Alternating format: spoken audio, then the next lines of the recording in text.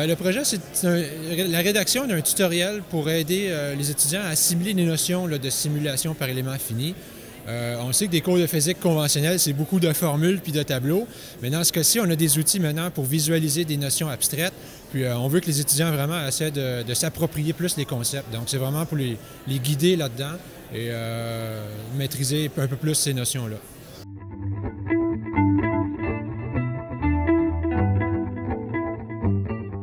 Bien, c'est un peu des deux. Les étudiants plus débrouillards ou plus à l'aise avec l'informatique vont pouvoir le faire chez eux. Le logiciel est gratuit.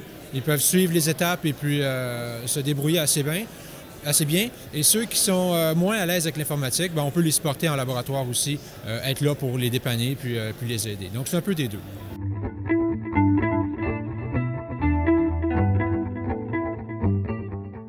Bien, ce qui est le fun, c'est que nous, dans un cours de sciences de tronc commun, on a des étudiants de toutes sortes de différents profils et les notions, des fois, sont revues.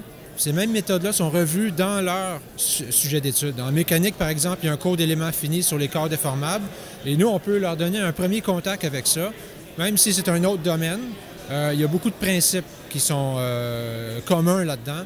Donc, on peut déjà leur donner une introduction qui va leur resservir par après.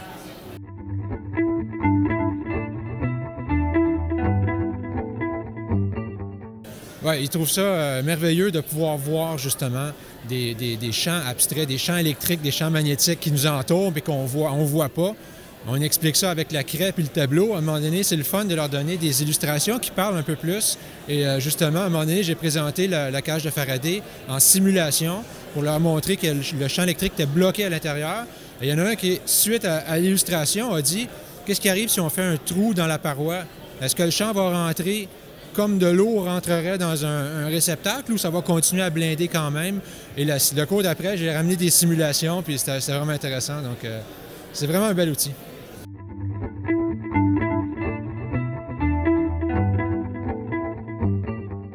Bien, vu qu'on va le lancer là, dans quelques mois vraiment dans les mains des étudiants, on va aller voir les défis particuliers à ce moment-là. Mais des défis plus larges, je vous dirais, ça serait d'aller au-delà d'un tutoriel qui est plus étape par étape et donner des projets plus personnalisés aux étudiants où ils essaient leur propre géométrie et qui sont plus autonomes, qui ont plus de liberté dans la simulation.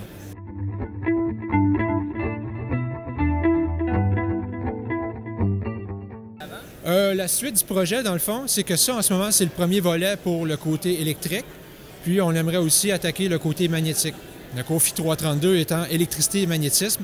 Notre premier point d'attaque, c'était l'électrique. Puis là, il reste le magnétique. Donc, j'espère reconduire ça pour un autre projet PSER.